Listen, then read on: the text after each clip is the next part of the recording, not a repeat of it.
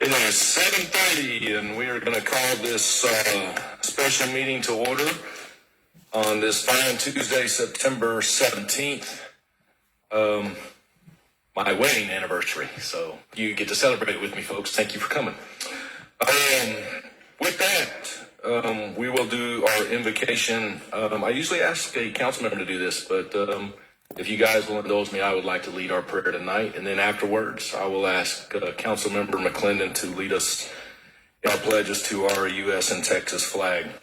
So with that, if you will bow your heads, please. Dear Lord, we come to you tonight on a special meeting. We clearly have passion within everybody here. But what we ask of you tonight is to give us all grace to hear what is spoke on. Love and understanding that what everyone speaks on here tonight is what they feel is in the good of the people, in the good of the city, and good in looking out for one another as neighbors.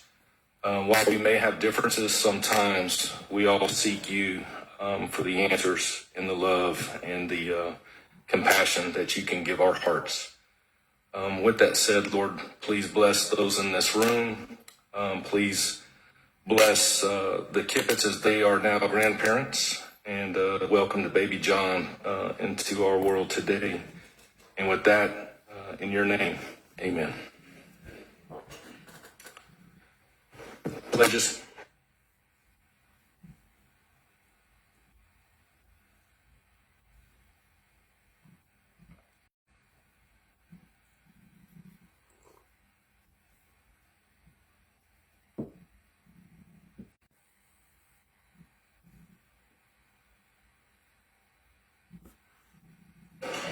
All right, rules of decorum are in effect, but hopefully the prayer kind of gave us all the message of how we should be. So we will go into citizens' comments at 7:32. Just so we know, there are a lot of comments tonight, so let's try to keep it at 3 minutes. We'll try to monitor the time. If I do see it go over and I'm indicated, I will allow you to finish your thought process, because we're not here to cut people off either, but being that we have a lot to cover tonight, let's just try to keep that in mind on the 3 minutes. Also, at the very end, if you didn't get your sheet turned in time, I will never pass up an opportunity for a citizen to speak. So I will still ask if you have something to say, you will be given an opportunity, because, again, I always say it, this is not our seat, this is yours. With that said, Lisa Jeter, you are the first. Come on down.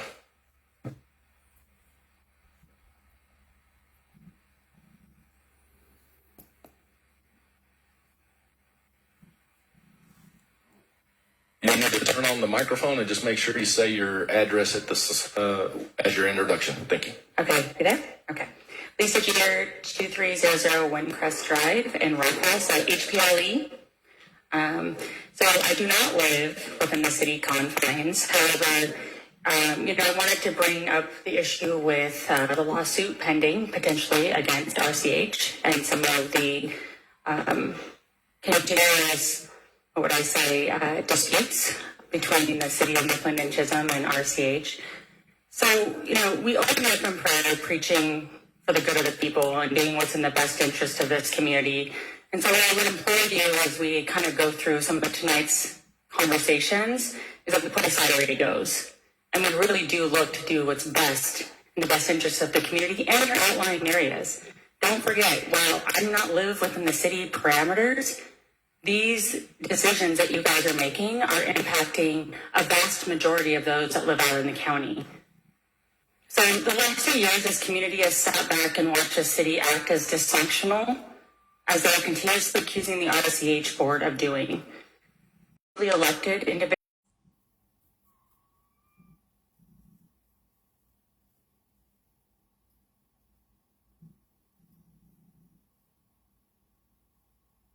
completion of the draft could very well, and we all know it will. And I've reached out to RCH prior. Had you guys reached out to RCH prior to taking this action, something could have possibly been worked out. And an agreement, I believe, could have been reached. If RCH wasn't being transparent, let's be real, you guys wouldn't have even known this was happening.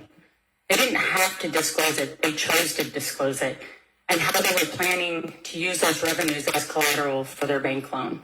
This whole fiasco really could have been avoided. RCH is being transparent, and in that spirit, instead of calling RCH and requesting a meeting, you're continuing to pursue a lawsuit that will have huge impact on every single person in this room. I would just, as city leaders, be the example. Rather look to work with RCH instead of against RCH. And think about your homeowners out here. Look, we just want water. Put aside the egos. We want waters. We want the infrastructure taken care of. And we want to be able to live in our homes and flush our toilets. Thank you.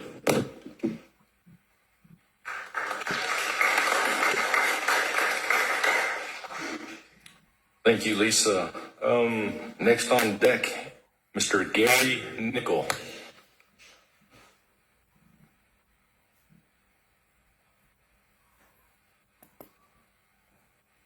Gary Nickel, 612 Kentwood. Obviously, this subject has raised a lot of attention, and I have only just one suggestion. I think that a lot of this confusion and bantering back and forth could have been avoided if the city made a little more effort in perhaps writing something, posting something to either accompany the agenda or in advance of the agenda. The logical place would be as a supplement to explain what the point of these contentious issues are. And it doesn't have to be done for every agenda item every week, but certainly for something that draws this much attention, I think it would be very helpful and could have avoided a lot of this unnecessary discussion that we're going to hear tonight. So again, I just suggest that give some thought to providing a little more information to go with the agenda item. I know you can't make the agenda item 2 pages long, but a paragraph or two to go with it, I think would go a long way to quiet the waters. Thank you. Well done, quiet the waters. Rich Dean.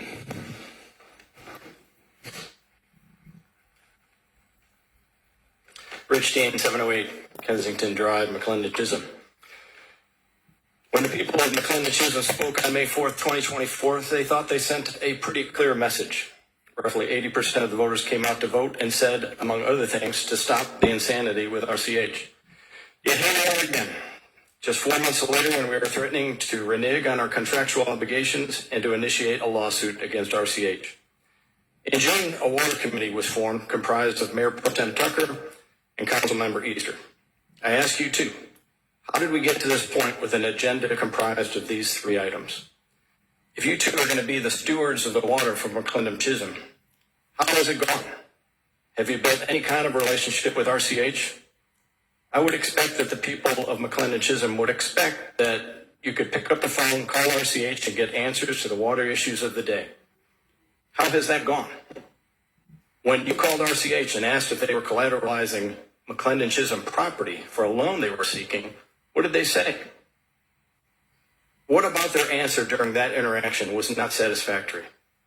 I'm serious about this. I really want to know what RCH told you that would force you to rise or sink to the level of these 3 agenda items. And yet here we are again. People of McLendon-Chisholm get to foot the bill for our infamous water attorney to sue RCH, and we get to foot the bill for RCH to defend themselves. I challenged our city administrator, Konrad, How much did the first water fiasco cost the citizens of McLendon-Chisholm? Surely in the ensuing months, as our administrator, you have found time to calculate that cost. Stand up and say, Mayor McNeal, in your video, you're wrong. It's not over $100,000. And that's only half the equation. It's not even talking about what we're paying for RCH to defend themselves. Maybe you're able to figure it out when you spend time preparing this next year's budget. I'm sure there are people that live on McLendon-Chisholm roads that would have loved to see a pothole or two filled with that money. And yet here we are again. I'm curious how you think RCH is going to get the money for the loan. A loan that moves along the preparation of the direct link with North Texas Municipal Water District. Why would a bank give them money? Do you really think that RCH asks, makes some promises, and the bank gives them money? No, the bank does their due diligence. They look at what RCH is using to collateralize the loan, determine if it's viable. They will probably even want to see the license agreement between RCH and McLendon-Chisholm. And they will see Section 6 that says the agreement can only be terminated by mutual agreement, not some vote by McLendon-Chisholm City Council on Agenda Item 5.2. And finally, what is your plan? If you are successful in kicking RCH to the curb in Sonoma Verde, what is the plan now that McLendon-Chisholm has a reputation for reneging on contractual obligations? I doubt any other water company has noticed that this is taking place. But if they did, I would hate to see the contract they give you. I guarantee you that you would no longer be able to exercise legitimate legislative discretion with your new water company. Listen to the 80% of McLendon-Chisholm and stop the insanity.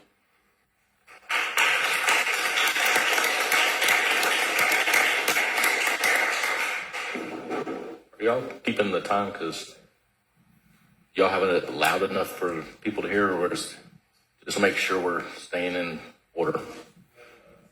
Yeah, 11 seconds. For those that were signaling me he was over time, he had 11 seconds. Thank you. Gina Menace. Gina Manis, 107 Cheney Place. As you can see, I wasn't planning on being here tonight. Forgive the casual clothes. We're going out of town tomorrow night, so I won't get to be at the town hall. And been a little busy. But I did have some concerns.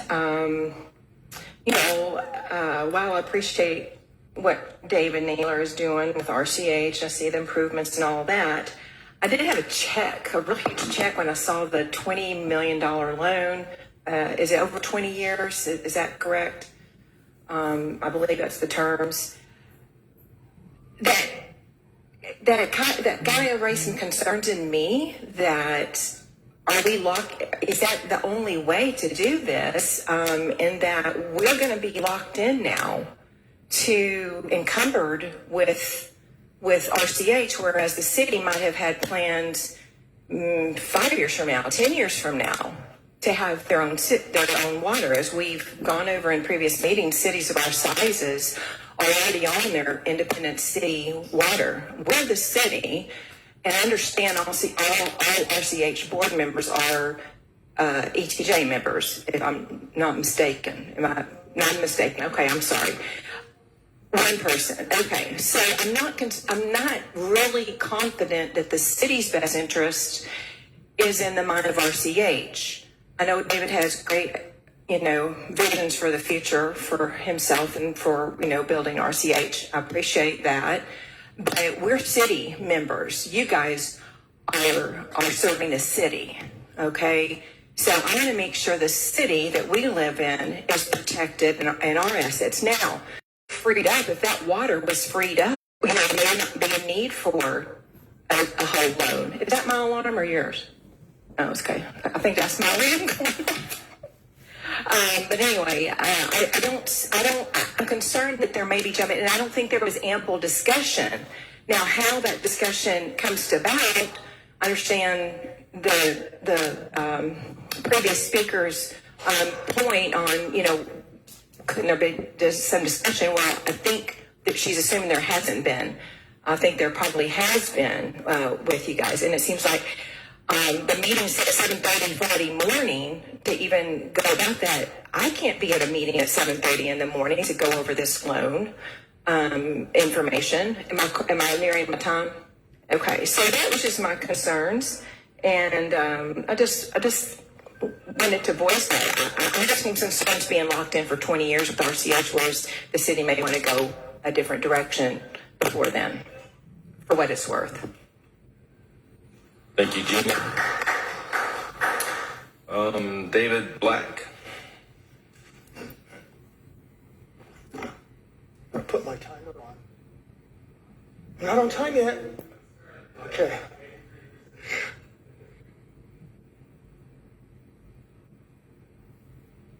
My name is David Black. I'm at 1419 Sienna Lane, McLendon-Chisholm. Excuse me. First of all, there are 3 items, so I just mostly had questions on those. So the notice letter, if RCH uses water sales as collateral, do you consider the pipes delivering it as collateral? Who pays for the pipe or paid for the pipe? The city, the developer, or the Sonoma Verde PID, which we and a resident also all pay for that in our property taxes. 5.2, which is about canceling the water agreement. I'd really like to know why you want to do this, and why cancel our water knowing we are short on water as it is. Termination is by mutual agreement. Is there a way the agreement to unilaterally cancel is available to, or is it just simply to persuade RCH to mutually agree to cancel? The lawsuits, that's just really bizarre to me. An injunction against RCH to disallow them from having any city property on any loan. So they provide us water using Sonoma Verde pipes, so maybe that's why you have to cancel the water agreement. I don't know, it sounds like it's just like in the last administration, it's always this tangled mess of things you have to do, and nothing gets done. Everything was a failure on that. They had failures of PUC, the NTMWD turned it down. Well, actually just told him he got to file. And a notice of intent. Now, the notice of intent was after the 180 days period where they're supposed to negotiate, RCH and the city. The judge gave multiple reasons why the city's action was being dismissed. The judge then wrote, it seems likely that the city inhibited the ability of RCH Water Company to meaningfully engage in the negotiations contemplated by the Texas codes. So it wasn't only the citizens of McLendon-Chisholm that saw this. I mean, everyone sees how disruptive and not very straight above board the city dealt with RCH, and it looks like that's come back. I don't want that. Like someone said, 80% of the votes were for the mayor, and not for the mayor pro tem, who was the city's water lead. It seems it was a clear signal with 80% of the people voting for the mayor or who a council member, not the mayor pro tem. That really sent a pretty strong message. We're sick of politics. Play with a critical resource, our water. Our current mayor ran on transparency and adopting a positive relationship with RCH and others. That's, if there's a mandate, that's what that is. 80%. I think the 3 items will alienate our positive relationship with RCH. So I hope, I'm really sort of against those 3, maybe with answers to questions. I hope they get answered, but mostly I hope the council will figure a better way to protect our assets. There are other ways to protect our assets rather than sue everyone that moves. We gotta call it a time, Mr. Black. Thank I you very appreciate much. you, sir. Thank you.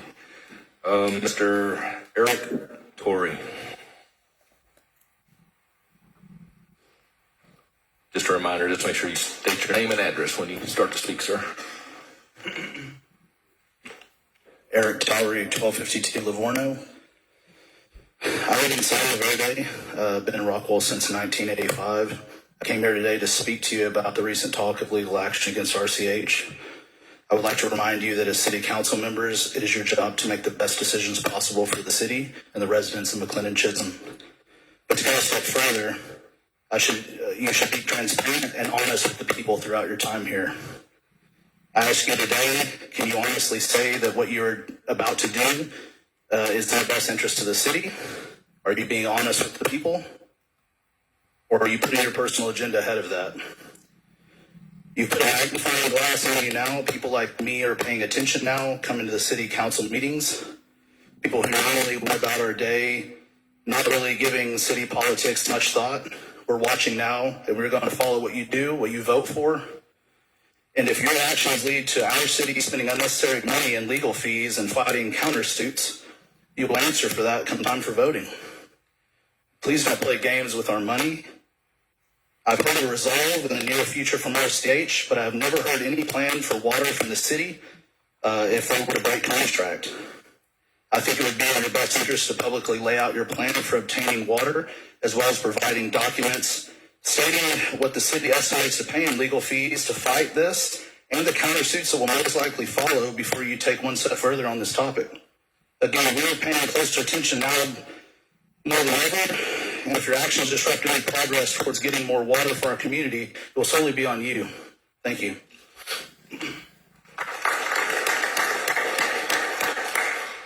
Thank you, Eric. Chris George.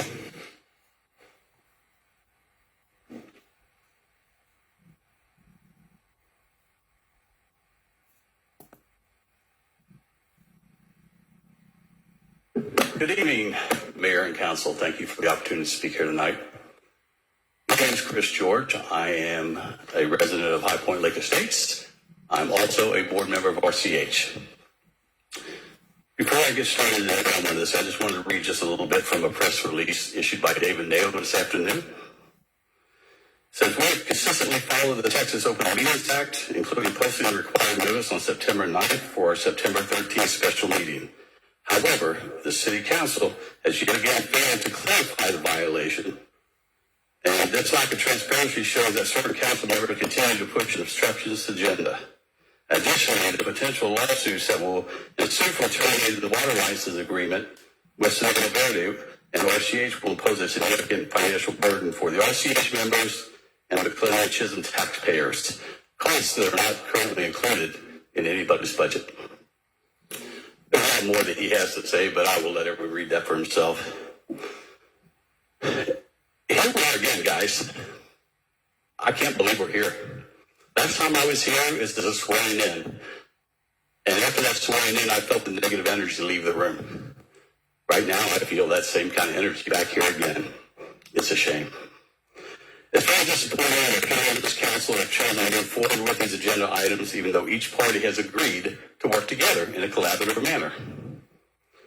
RCH and City held two recent meetings, one on July 2nd, another one on August 29th. In both meetings, the city was represented by Councilman Tucker, Councilman Easter, the mayor. Representing RCH was David Naylor, the president, and myself. In these meetings, it was acknowledged that we would work together. But the tumultuous past behind us began to forge a path forward based on spirit of cooperation and trust. Fast forward to today, where I stand before you trying to understand how that path now seems to have diverted and got us in a completely different direction. It appears the city no longer is interested in partnering with RCH, but has chosen to lead and govern by assumptions instead of facts. On September 3rd, RCH held its monthly board meeting, and on that agenda was the resolution to approve moving forward with a loan from CoBank to help fund necessary infrastructure improvements. During the discussion, President David Naylor made it clear the collateral needed to obtain this loan would be RCH's revenues. RCH never stated, inferred, or otherwise indicated it had planned to use the water infrastructure in Sonoma Verde. RCH has always contended this was a city property. So here we are today, getting ready to move down a path the city has chosen to take that will potentially cost the taxpayers of McLendon-Chisholm and all customers of RCH thousands of dollars in legal fees. Not to mention possibly stop the amazing progress that RCH has made in obtaining more water. All of this possibly could have been avoided if these few council members would have taken the time to reach out to RCH and express their concerns. It is definitely clear these council members have their own agenda, and I would suggest you sincerely look at the ramifications of what this is going to cost us as the city. Okay, thank you, sir.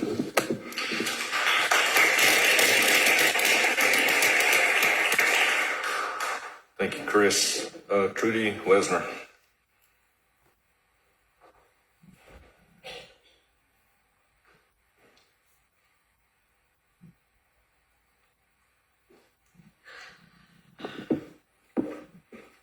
Hi, I'm Trudy Wessner, 43 Fireside Drive. Got quite a few things on here. I know won't make it past the 3 minutes. So, just topic of Sonoma Verde.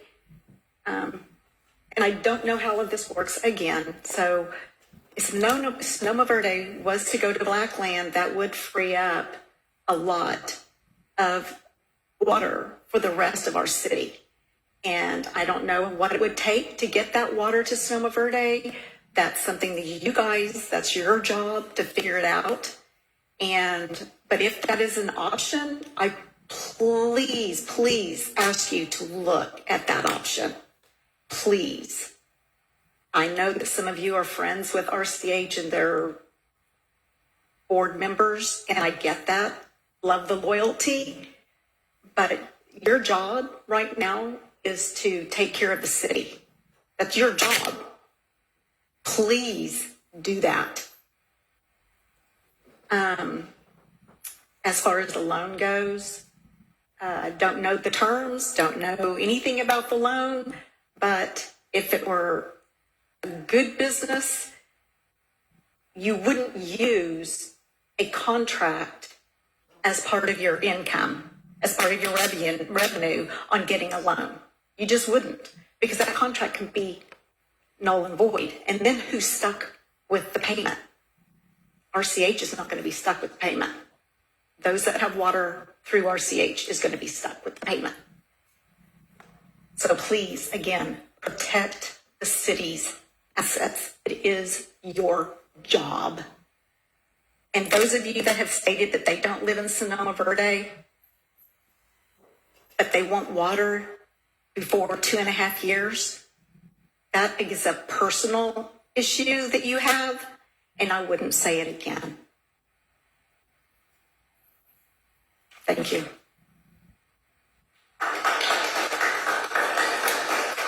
And Stevens.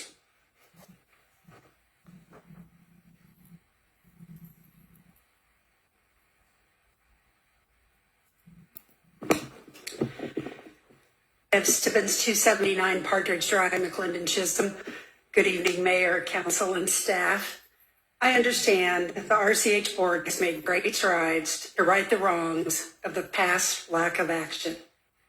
If we do nothing and they collateralize a loan with Sonoma Verde revenue, no relief can be sought with an alternative water source by the city to take SV off of the RCH system. I repeat, no action can be taken to take Sonoma Verde off of the RCH system if they collateralize revenue. I believe the city is opening to work with RCH on this. It's a new issue. It needs to be discussed, and I pray that that happens. Thank you.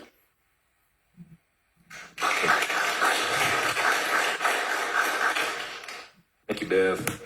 Mark Kippett.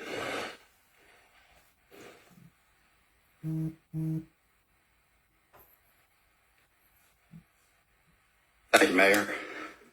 Happy anniversary. Thank you, members of council, for serving. Mark Kippett, 31 Fireside Drive. Okay, I'm had a lot of things going through my head today. Birth of our first grandchild and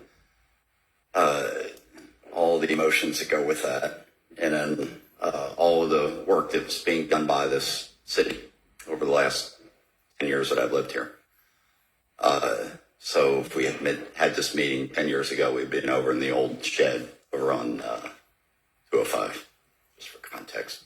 Front row would have seats, everybody else would be standing outside. It's Constitution Day, so it's a great day to celebrate our democracy. But here we are, back to the future. And I can't express my disappointment deeply enough for both sides. I'm holding both sides equally responsible here. I object to the 5.2 and 5.3. I think they're unnecessary and politically or potentially damaging. 5.1, I think, can be resolved without getting into extensive exchange of legal documents and letters. but I understand I appreciate a conversation I had with Councilmember Easter, and I know, I understand the background of why that is, the why behind it. But I also want to ask RCH to do a little bit more. I've lived here for 10 years. I can honestly say the quality of service today is no better, actually in some ways worse than it was 10 years ago. So if I just measure it based on as a customer, a consumer, not as good. So I now understand there's plans and work, gears in motion, but at the end of the day, you know, it's still not, the business is not performing to where it needs to. So I just want to wrap up with what I think needs to be done, which is to get together and start collaborating more. I appreciate there has been some meetings, because having worked now with the county on the strategic plan, the one thing is patently obvious to everybody in this county, and I'm going to direct these words to my friends out in the unincorporated area in the UTJ. There is no us and them. There's only we in the future of our county. Right now, we're a little over 100,000, 130,000 people per square mile. The build out is scheduled to be something over 300,000. So just do the math. It's a simple math equation. So while folks extend that we've done extensive surveys, thousands of data points, thousands of interviews across the county. I mean, everybody wants the same thing, wide open spaces, etc. But the only way we're going to get there is working together collaboratively. Because if not, the forces that are going to work against us are going to further subdivide us to achieve their ends. And I know members of council have in their heart and what they're trying to accomplish here in the city. I just encourage you to find a way that's less legalized to get there.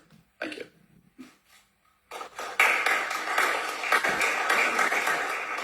Thank you, Mark. That is the last submitted one. Again, I always ask, is there anyone who wants to speak before I close citizens' comments?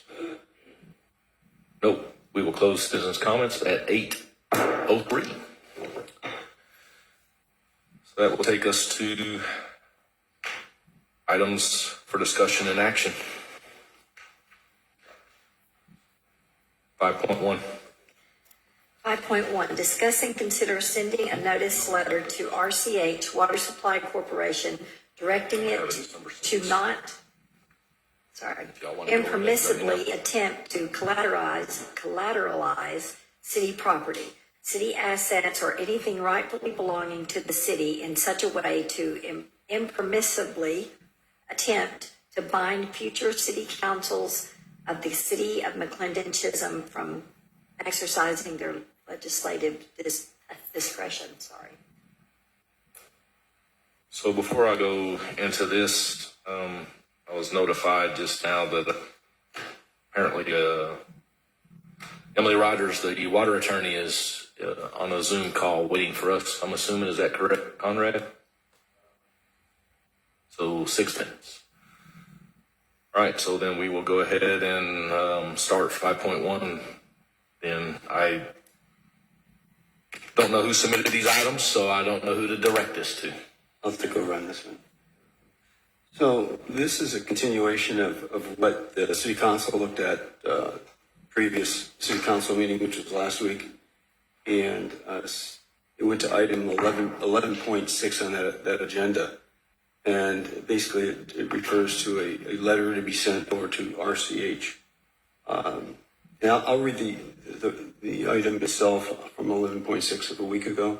It says, discuss and consider approval of legal staff preparing a letter on notice to RCH WSC and any and all of its banks, lenders, creditors, loan providers of like agents to put them on notice that all water-related infrastructure within any and all phases of Verde, solely the property of the City of McLendon-Chisholm, is not to be used to serve directly or indirectly as collateral or as security interest for any purpose that could or would promote the benefit of RCH.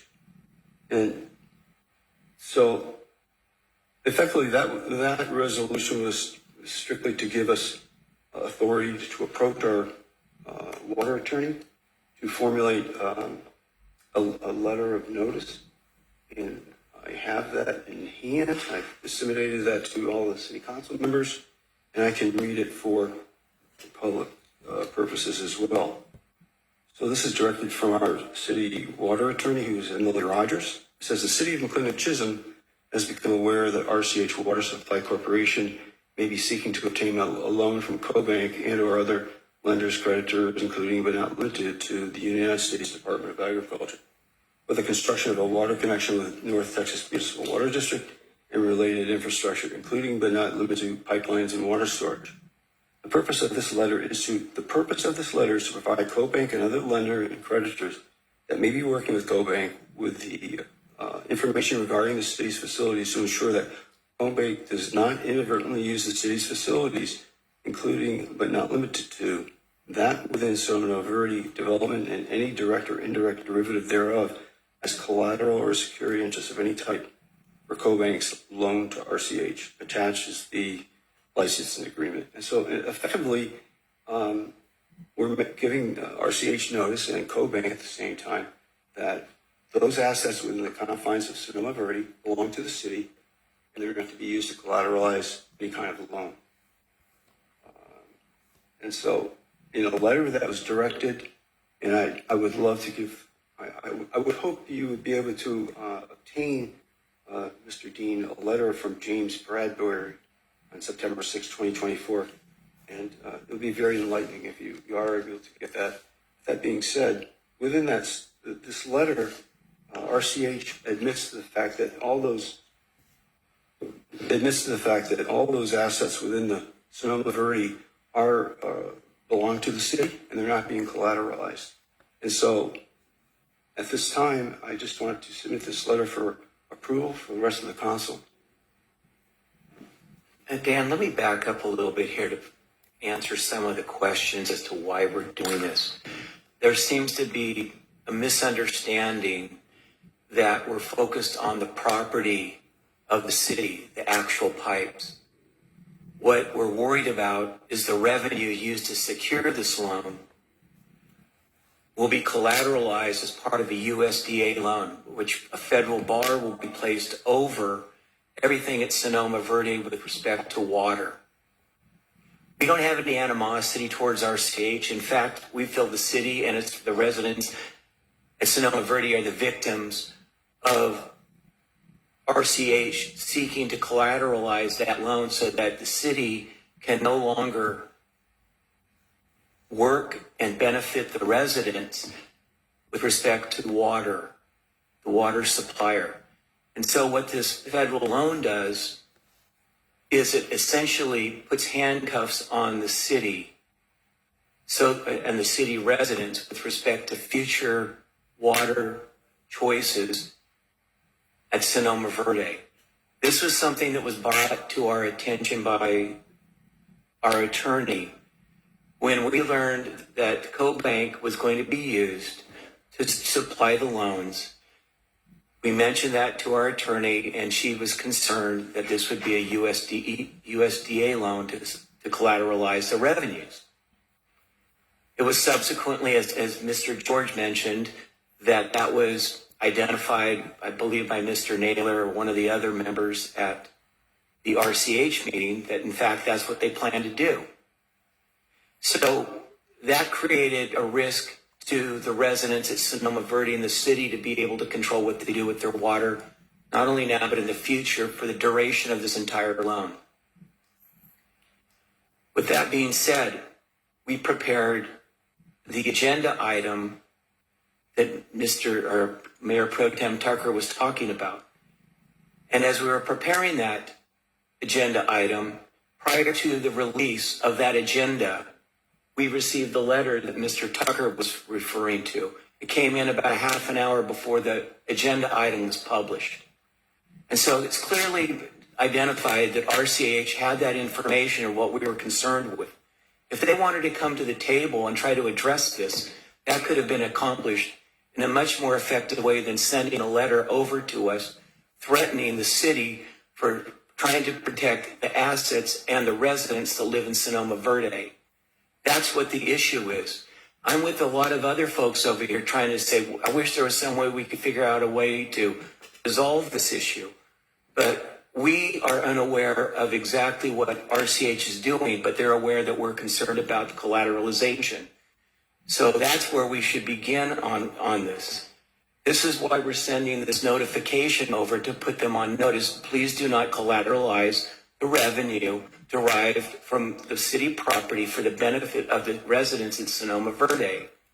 And this is what has been whipped up into, that somehow we've animosity towards RCH. In fact, the city is the victim, trying to protect its rights and trying to protect its residents from being encumbered in perpetuity by terms of a loan that they've yet to assent to. That's where we're at. And that's what we're trying to do with all of this. And so if there was some way to work with RCH to try to sever off this revenue from Sonoma Verde, we are willing to work with RCH to do that. But what we're not going to do is acquiesce and terminate the city's rights and release all of the residents out to Sonoma Verde to be subject to all of it. And some of the comments, particularly by Mr. Torrey, who I haven't seen speak over here, but he indicated that that this is a new item, and he mentioned transparency and honesty. We agree with all of that. We would like to have it transparent so that the revenues from from Sonoma Verde are not captured in this. And RCH can do whatever it wants to do. We'd like to see them be successful, but we're not going to do that by handcuffing the city's ability to protect its residents and turn everybody in Sonoma Verde into indentured servants to support RCH in perpetuity. It's a private business. They're entitled to do what they want, but we have to protect our residents and our city. That's our obligation. And so that's kind of where we're at with this whole thing. And these are just mechanisms by which to achieve those objectives. And so the first step is, let's send this over. Mr. George was here. He knows what's going on. Certainly Mr. Bradbury, he knew several weeks ago. If there was any interest in fixing this, they would have come over and said, hey, we're not going to collateralize your stuff. We don't want to hold your feet to the fire. We don't want to, make everyone over at Sonoma Verde pay for everything on this and not have choices in the future. And I think as Ms. Wasner was talking about earlier, that there's other options that are available. We're looking for every option that's out there, not just this option. There's multiple water suppliers. And that's what we've been working on, trying to find options to move forward to try to relieve some of the supply limitations. And so that's how we got to this point. I'm in favor of trying to find some way forward, but we need to do the first thing is protect the interests of the Sonoma Verde residents. And so that's where our point is on all of this. Anyways, I'm a little long-winded. If I may interject, we all like to say, let's work together to enhance our community's potential for a brighter and more secure water future for our families and our community. I think we could probably all agree with that. Mr. Easter, would you agree with that? Yeah, I think that's exactly where we're at. I think the issue is we want to get to the same place. Okay, and then would we agree that the RCH board has a duty to place the interest of its members above any other consideration? I would think that they do, and this is perhaps where the conflict arises. I'm glad you agreed, because you actually wrote those words in your article. I bring this up because it's hard to fathom that all of a sudden we have this great care. I live in Sonoma Verde, and so we have this great care of Sonoma Verde all of a sudden. I wish I would have seen this great concern when the plan was submitted to the PUC that would have cost Sonoma Verde residents $23 million. I didn't see the concern there. We have to figure out a way to do plans, and we have to figure out a way to do them correct to help all the people, not just help small members of a community of Sonoma Verde, Austin Corners, Chisholm, Crossing. You have to work in a mindset that helps them all. If you say we're going to help, we're trying to rescue Sonoma Verde, are we really trying to rescue Sonoma Verde, or are we trying to say, oh, well, if someone already gets theirs, I'm really protecting my own interests. It's a very tough tight line to walk. And I agree with Mr. Kippett. You know, both the city and RCH are a disappointment when it comes to these actions right now. I mean, you look at the divide that we have within the community. You look at the divide that we have on the dais. Man, it's hard to fathom that we are still here when we were having talks. I was in 2 of these meetings with RCH, and I thought they went well. We all agreed that we were going to work together and be transparent, and I felt we were moving forward. I will answer your question. When the agenda item came out for the last council meeting with the letter, I did like any other, I would hope, good mayor or person in a position.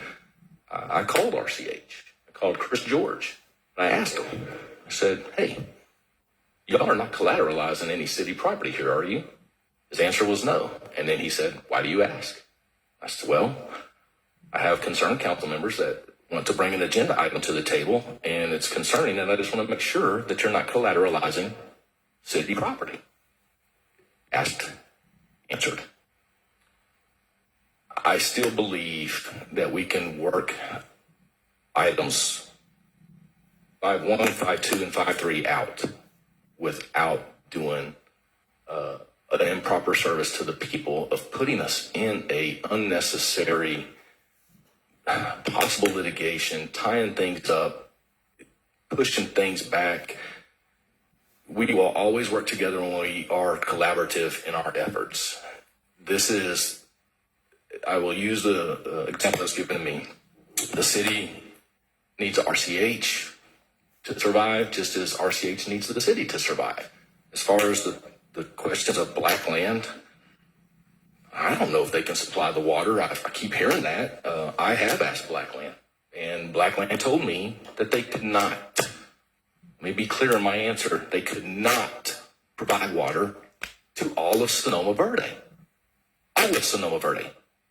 So the thought process that they can, it cannot. So I took it a step further because trust and verify.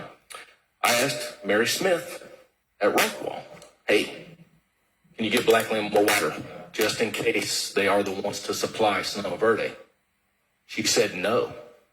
And she said because they don't even use what they already get. They get 1.9. They get less than RCH. So if they get less than RCH and you are going to now, let's just say 600,000 gallons of water to Sonoma Verde, a guess, please. No, I'm guessing. That puts them in the exact same spot as RCH with restrictions. So while the rest of McLendon-Chisholm will now not have water restrictions, Sonoma Verde still will. How's that a solution? If you want to create solutions, you create solutions. You don't give me a solution that gives me a problem or an issue later. If we do that, we do a disservice to the people. This is why it's paramount that we stay to the table and we talk like I heard someone say grown adults, and we figure things out. If we can't do that and the first answer is litigation, I don't know. I mean, this whole meeting, I didn't even know about it. So that was amazing. But it's time to do things right. And doing it right is doing it right for them.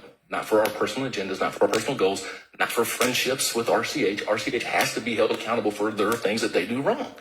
And I can assure you, everything that I have been given from community, and I do talk to the community, so I can sit up here and say that I talk to the people because I do. I meet with them every Monday. I would ask, how many people up here besides myself meet with people besides your neighbors in your circle? I would venture to say I'm the only one.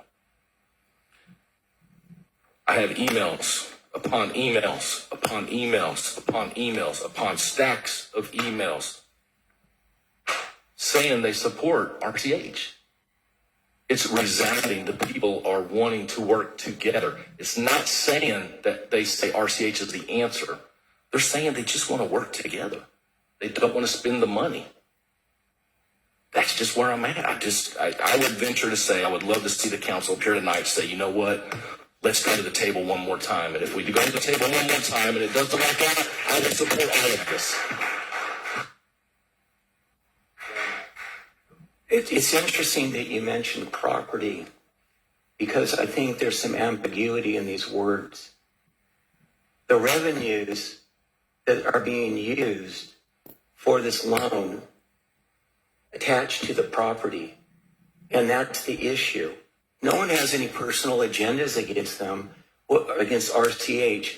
What I don't want to do is surrender our ability to make choices that benefit the residents of Sonoma Verde now and into the future. I don't want this city council to handcuff future city councils on these decisions. If there's some way that they can continue to do whatever they're doing with respect to these loans, so long as it doesn't bind the ability of the city in the future, notwithstanding the contract, to manage and control what water is delivered over in Sonoma Verde. That's my personal concern, is that we don't know what the long-term ramifications would be. Let's say, for example, we have very little information on these loans. I haven't seen anything disclosed at $20 million. I think it came up here at a HOA meeting, and I believe Mr. Naylor said it's going to cost a little bit more to complete it. I think it was $35 million. If there's a USDA loan for $20 million that goes out, it's going to prevent our ability to make changes with water supply at Sonoma Verde. Who knows what's going to happen with this as it's being completed? Mr. Naylor, you may become incapacitated. There may be other changes that prevent the completion of it. This is what I'm concerned about, is that we don't know what's going to happen, and I don't feel comfortable taking that risk that would encumber our ability to make changes out at Sonoma Verde regarding water supply. And so I would like RCH to be as successful as possible, but not at the risk of the city being able to protect and enhance the ability of the residents to have adequate water supply. And with respect to Blackland, let's get into that, because at present, you're right, they have about 2 million gallons. But what we've been doing is trying to find out where's everybody at in the process. And what we've been able to obtain from Blackland is 2 years worth of financial audits, taxes, and letters from Blackland over to the county commissioners, stating that D.R. Horton's paying for all of the infrastructure, and it's my understanding that there's been some payments delivered. What we've got from RCH is promises of, well, we're going to get you a financial audit sometime in the near future. We're going to have taxes and so forth done. And I've not seen any other plans. And so just looking at all of this, this is the mountain of evidence that we have, and it's limited on one side and very little on the other. But that's going forward. And so just trying to get this back to Sonoma Verde, if this loan goes through and this doesn't come to completion, it's going to cause a lot of problems in the future to try to untangle it. And I think it was Councilman Brewer, when we were talking last week, that you mentioned when we were talking about that earlier loan was a USDA loan. Maybe, okay. But you understand the encumbrance issue that was attached to it. And so that's what we're worried about. And I don't want these sorts of decisions or these possibilities that what's imminent here is there's going to be application loan turned in if it hasn't been turned in. But if it's approved, the bar on this thing is pretty much irreparable. And that's what I'm concerned with. And I would like to figure out a way, how do we get out of this box? How do we protect Sonoma Verde without, impairing RCH? And so how do we do that? And it would seem to me that there may be some contract, some agreement, something that can be done where RCH agrees we're not going to use those revenues for all of this, and that would be the end of the story, and then we wouldn't even be here. And that's how this whole thing started. And I feel like, kind of running off a cliff. And I just wish there was some way we could figure this out. That's all. Yeah, ironically, we're saying the same thing.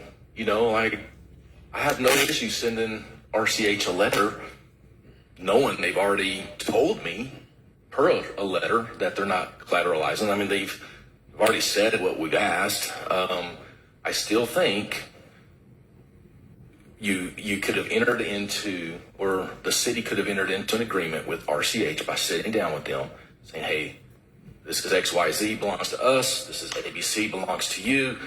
Let's figure it out. We work together. I sign, we sign, they sign, we all sign. We're all happy. We go down the road and we have a contract that I feel would protect us. As a matter of fact, I asked our city attorney.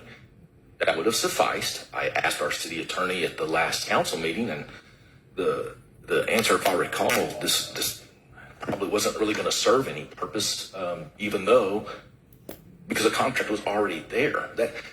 That's what I guess I'm puzzled that we as a city brought this confusion and disruption and division again when we just could have been better.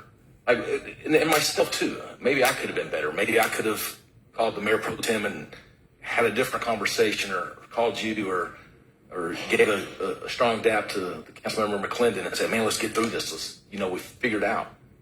I can do better. But in this instance, to do what's right by the people, I just think, first of all, we had a scheduled meeting on Tuesday coming up. Maybe we could have had a few more days where we reached out and just waited and not called a special meeting. It hurts my heart to see that we didn't do better. And maybe I am wrong. And if I'm wrong, I'll admit it. I'll say this: so far, I haven't been wrong in how I've.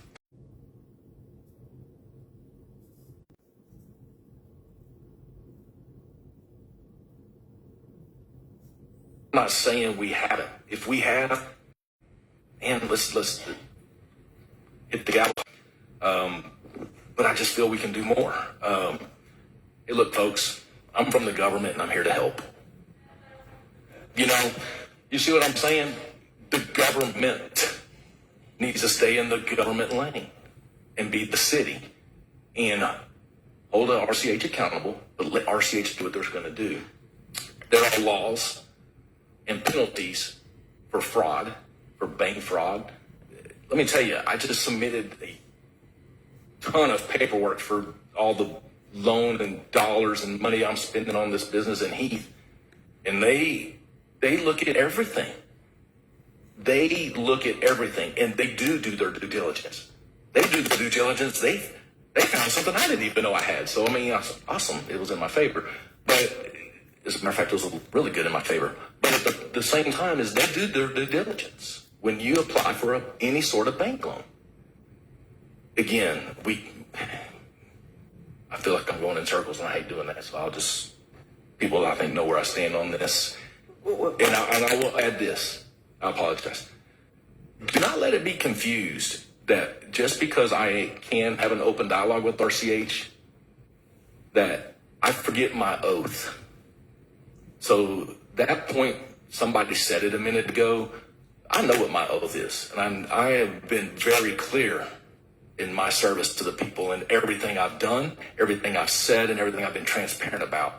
So it is very offensive for someone to come out and even think my friendship with any outside entity is going to come before you, because it is just not going to happen. I know where I stand, and I know my oath. I've taken an oath for over 20-something years with the military, and now I'm doing it today for you. So please know, no friendship or business agreement comes before you.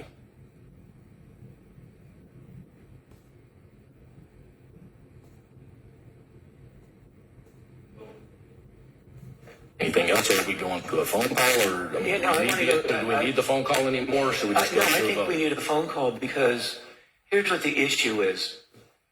We don't know if they've submitted this loan. We don't know what status it is. We don't know what's included.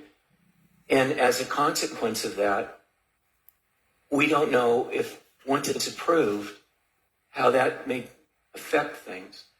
And so I feel that we're at a very big disadvantage with all of this lack of information. And that's why I feel frustrated that rather than telling us, hey, we're not including it, but I'm going to send a 2-page letter threatening you guys, threatening the city to sue you if you consider sending something over to us. And so I felt like there's adequate notice that was provided, and the response should have been, we aren't doing what you're doing. And the fact that you called up over there, I think that's good, but that's why I'm getting back to the ambiguity. Yeah, I'm not tying up property. I'm just tying up the revenues which attach to the property. So in my opinion, I think that's largely a distinction without a difference. And so that's why I think there's a lot of confusion here. And I want to make sure whatever we do, we can protect Sonoma Verdes and the city's ability to determine who gets water. Anyways, We have is Emily on? Emily's on the call. So we have against my promise as a campaign. I do not like to go on executive session when you are here. Unfortunately, I didn't plan this meeting. So the City Council of the City of McLendon-Chisholm, Texas, reserves the right to convene into executive session at any time during the course of this meeting to discuss any of the matters listed as authorized by the Texas Government Code, Chapter 551.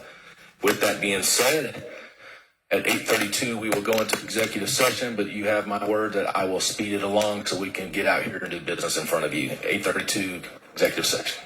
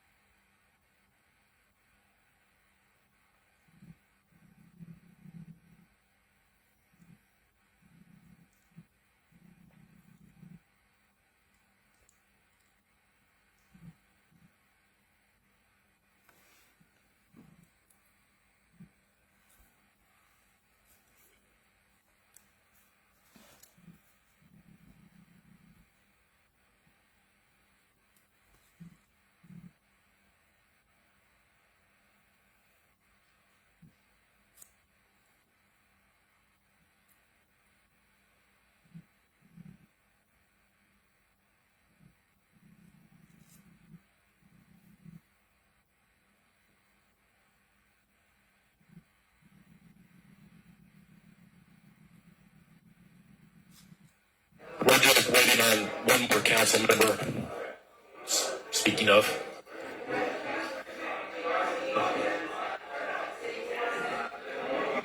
Everybody good? Floyd, good? It is 9:03. We are back from executive session where we spoke with the water attorney, Emily Rogers. No action was taken in the water meeting. We just wanted to go over a few items that have been out here being discussed tonight. We were still on 5.1, so I don't know where we are on 5.1. I think I finished, and we'll just go back down the line. Councilmember Easter, do you have anything else to add on 5.1, or are you good? Councilmember McLendon, got it right this time. Mayor Pro Tem, on August 27th, item 11.4, discuss and consider action for rescinding City Council approval to take legal action against RCH Water Supply for its violations of the Texas Open Meetings Act on its vote at the June 7, 2023 board meeting to put the RCH system out for requests or proposals. How did this particular item come to light? That particular item, that was a residual from the last administration. So I believe that they were city council and the attorney at that point were looking at litigating against RCH for purposes of TOMA violation. And I don't recall what the vote was on that one. However, with the change of administration, and I think the change in tenor of this council, I think there was a mindset that was against litigation of that sort in pursuit of TOMA. And so there was a conversation I had with RCH, and we had initially, we had a first meeting at some point in time, and I think it was recited here. I think it was in June or July.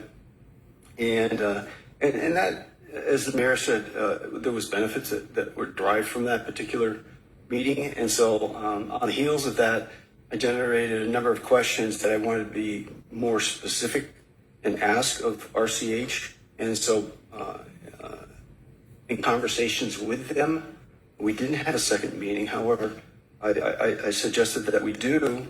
And it took a number of emails, a number of requests, and I think there was a distance of almost 2 months before we were able to have a second meeting. However, there was a prerequisite to that second meeting from RCH in that they wanted us to, for me to proffer a resolution rescinding that notice for the TOMA litigation. And I know after having spoken to virtually all members of the city council at one point or another that there was no interest in pursuit of litigation. I think that would have been frivolous. I think it would have been a waste of the city's monies. And so based on that, in my own sense of wanting to work with RCH, I assured David Naylor in particular, because that's who I was communicating with, that I would put up a resolution to rescind that threat, if you will, of litigation, which was non-existent at that time. So it was nothing to be lost. I offered it. I said, David, this isn't something that's going to be passed by council by any stretch. So that being the case, I offered the resolution for rescission. We got a vote. I think it was 4-1, or I don't recall what the vote was. But based on that rescission, I got a second meeting with RCH, which to my delight, we did have a second meeting, and there was some value to that. So there was value to the second meeting. Can you recall what came of the second meeting for us to be moving forward? I think that we spoke very freely in the second meeting. They revealed some information regarding specific questions that we had regarding their loan, their intention in terms of their plans for their pipeline with a connect to North Texas, and some other additional aspects of that meeting were enlightening. And then we were thinking about having another meeting at some point in time. However, that has not been set. So have you or Councilman Easter seen anything in writing, email, letter, showing RCH's progress in moving forward with the City of McLendon-Chisholm, other than verbal conversation? We had no verbal conversations with them since that last meeting. The only information that I've gotten from RCH I've received through the public. I mean, their individual meetings, their monthly meetings, maybe something on their website, but we've had no other communications with them, nor have they approached us to speak to us. As far as the writing goes, I asked David Naylor in that meeting, I was also present, if he would supply any documents, forms, timelines, and of the such, and he said he would.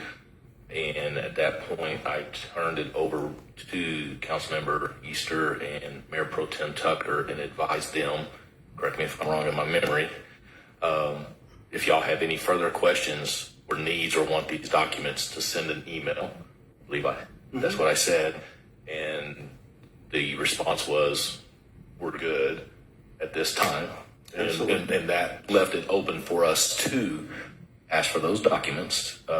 We just have not done that yet. From what I know, I don't know if we've sent an email that I know of asking for the documents, but from what I understand, Mr. Naylor did say in that meeting that he would provide anything we asked for. Towards the end, I know at the beginning it was crazy, but at the end, he said yes. Yeah, it was my recollection that he said these documents are being prepared. They should be available on our site. And to date, they are not there to my knowledge. And that's kind of why we haven't asked. And so where all of this goes is that I haven't seen anything, but I think it would be helpful to have that. I just want to answer Councilman McLendon's questions. No further questions. Councilmember Brewer, you're up, sir.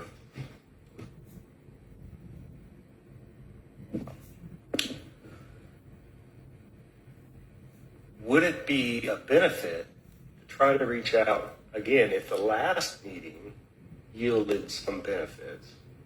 Is there a hurt to pausing and doing it again? I have no inhibitions about having another meeting. However, I would tell you that on the first meeting, I know that there were conversations early on after there was a change in leadership at the helm of RCH back in, what was it, 23 now? I'm losing track, I guess in May of 23. May of 23. And initially, prior to that point, I know that the board was very interested in coming into the city and transferring into the city. And after that, apparently, there was, I believe that David Naylor had also had conversations with us. I wasn't privy to those, that he was interested in coming into the city as well. RCH, I'm saying, I shouldn't say David Naylor. But that being said, negotiations did drop off. And there was never, to my knowledge again, there was never any consideration for that point. On our first meeting with RCH, I did ask David explicitly, all right, do you have any interest in coming into the city? And he did not give me a direct answer. So I think the point of all this is that our interest has always been securing, water for the public, whether it's through RCH or whether it's through them coming into the city. I've always been an advocate of more of them coming into the city, and in the model of the volunteer fire department coming into the city and becoming a city-run fire department. I think that model works for perhaps 95% of all communities in Texas. I know the statistics on that. I think it would have been advantageous for that to occur. However, at this point, I'm not seeing that happening. If that's not going to occur, I would love to see RCH be a viable, thriving company and be able to deliver water to its citizens, whether in the ETJ or the city, at a favorable competitive rate to all those others that are providing water within the confines of the county. At this point in time, they have the highest rate in the county. And with them encumbering probably a $35 million loan, if you amortize that out over 28 people for 30 years, $35 million at 5%, you can see that it's probably going to come between $60 and $80 that will be charged to individual ratepayers. And that's on a monthly basis. It's unlikely to be brought into an increased rate. It's probably going to be a surcharge. I'm guessing at this, but until David Naylor and company provides me with more information, that's the best I have based on the information I have derived from public records. And I think you meant 2,800, not 28. But I think we also have to think about the growth that's going to happen. So to your point, we don't have all of the data, but it's hard to project the economic impact to everybody trying to pay these back. And I think, looking at this out into the future, I think we're kind of getting ahead of really what the question is here, because there's a short-term issue that is of concern, that what are we going to do to try to protect Sonoma Verde and its residents, and the ability to for the city to have input on it without having a federal bar. And that's kind of what I'm more concerned with. But looking at these things going out further, that we need to think about that. And to Minister McClendon's point is that we were requested to rescind this, resolution threatening litigation on Toma, and we complied with magnanimity to try to do that, to induce some of these discussions, and it was successful that they agreed to meet. And where all of this kind of, again, to reiterate how we got to the point we're at this evening, is learning more about how this loan was going to work out. CoBank looks like it's going to be a federal loan. Well, geez, that causes problems. What do we do about that? And let's see what we can do to notify RCH. And then they find out that it's going to be on the agenda. Then they send the letter threatening to sue us. And now we're over here trying to figure out, well, what do we do to address this potentially imminent threat that may have irreparable effects. And I think what we've learned today, perhaps at our talking with the attorney, is there may be a little bit more time to try to figure out some other way out of this. But I think we still need to put them on notice that we don't agree with this, and identify a way to try to reach an agreement where they're willingly not going to include those revenues from Sonoma Verde for inclusion into this loan application. And I think that's consistent with what a lot of folks said over here. Can you figure out something that you're not going to litigation, or at least explore it before you go there? And so there may be a little bit more time to achieve that objective. But with that being said, the clock is running, and so we need to figure out a way to, looking at these other mechanisms for assuring that we protect the folks at Sonoma Verde. There was the terminating the contract. There was seeking injunction to prevent them from including it. And I think what we created there is we were kind of trying to identify what are the belt and suspenders to protect our interests. And now that we have a little bit more clarification on timing, there might be some other options available, but without jumping off the cliff into litigation, because I don't think anybody wants to do that. Through this question, I'm asking as a broad question for everybody up on the dais, please. If we, as a council, now know we do have some time in our conversation,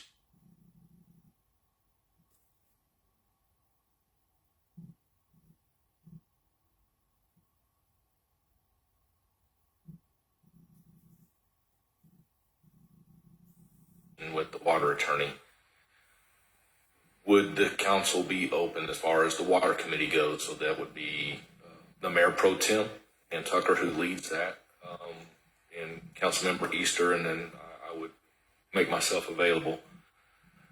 If we, as a collaborative council, reach out to RCH and just ask for the sit down, we can, and this is why I need Holly here, so I need y'all to help me on this. Is there a way we could table these items where they don't go away? You may have to call Mr. Holly to get this answer.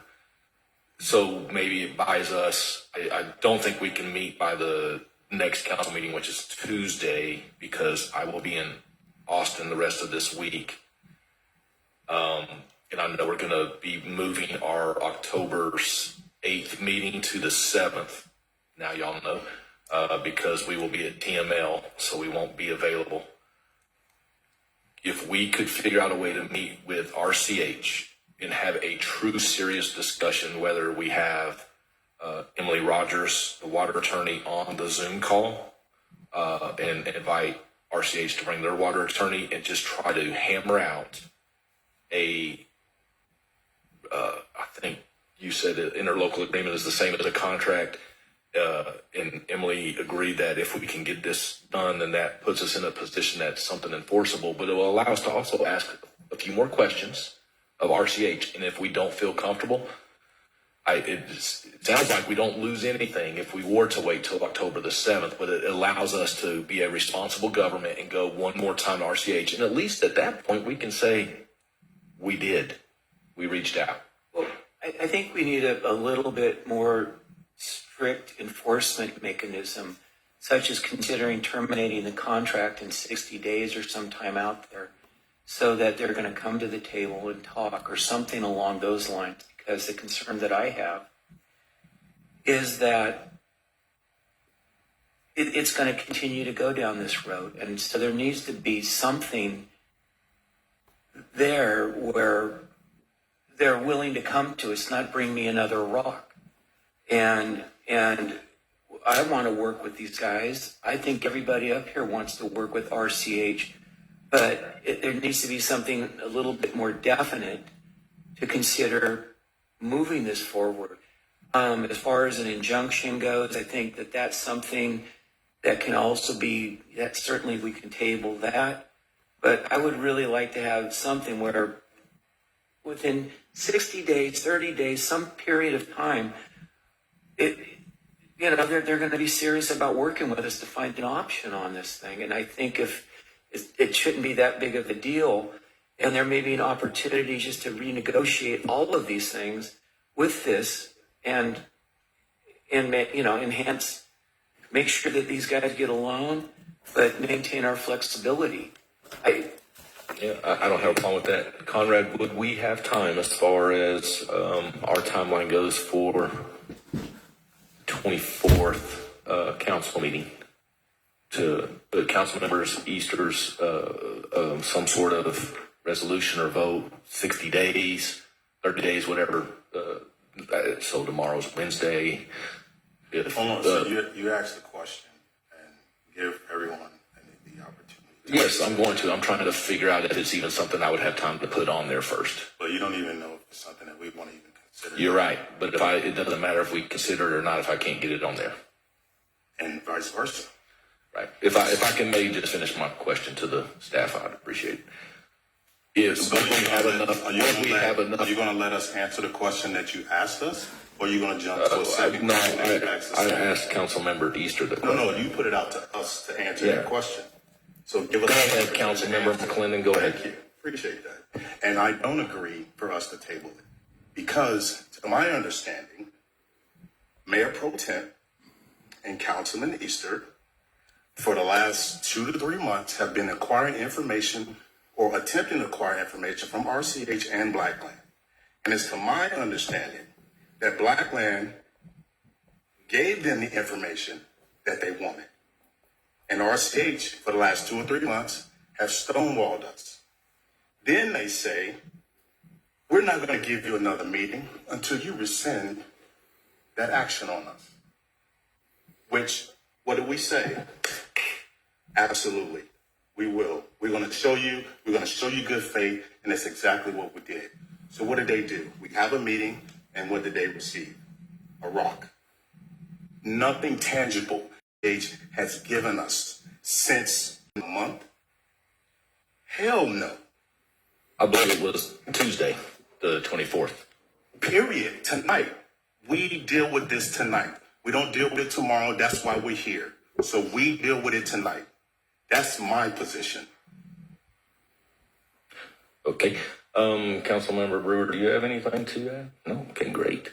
Can I finish my question, or do y'all want me to go to y'all? I'm just trying to figure out. Go ahead. Yeah, I'm just trying to figure out, is it something that we could even put on an agenda in time if it does get tabled? Keyword if. Would we be able to get it on there since we haven't posted the agenda? I know it only came out today. Were you saying for September the 24th? This Tuesday coming up, not tonight, obviously. So Tuesday the 24th, if council agreed to do that, would we be able to get it on there in time still As with long as we have something by Friday. So we're still good, because I know sometimes everyone needs to review stuff and whatever, so I just wanted to make sure. Yeah. I'm not talking about putting it, I'm just asking if it was to get voted that way. That is up to you to decide, not up to me. Yeah. No, not October, this Tuesday. Yes, Tuesday next week. So next Tuesday's meeting on the 24th, we have to have packets ready to go out on a Friday. So you work back, we usually pass it by the mayor, we pass it by the attorney. So whatever. We have enough time to come back to me, go to the attorney and get that. Between Tuesday night, and you'd have Wednesday and Thursday to get the doc, whatever you're going to put on it, to be in the packet on Friday to meet TOMA requirements, 72 hours. Okay, that's all I was asking, because I knew there was some back and forth with wording. It's entirely up to the council here tonight, whether the peaceful Mr. McLendon goes that route or not. Back to you, Councilmember Day. Yeah, I actually have some pretty deep concerns about some of the timeline of some of the stuff that's been going on, and that's brought my interest into this case. My apologies, is this better? Do I need to repeat what I just said? Okay, my apologies. Yeah, I have some pretty deep concerns with respect to the timeline of some of the things I've come across. I'm not on the water committee. I've been asking questions of people on the water committee during the open meetings and trying to find the information I have. I'm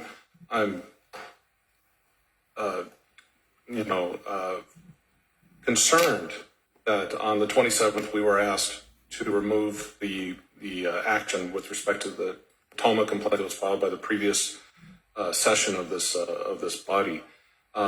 I was not part of that movement to pass that, but I did vote to remove it, pursuant to trying to help assuage some of the RCH concerns and to try to take the temperature down so that the committee would meet with Mr. Naylor. And apparently that meeting did happen. I do have a quick question. When did that meeting happen? Do we have a date? The second meeting with Mr. Naylor and Chris George.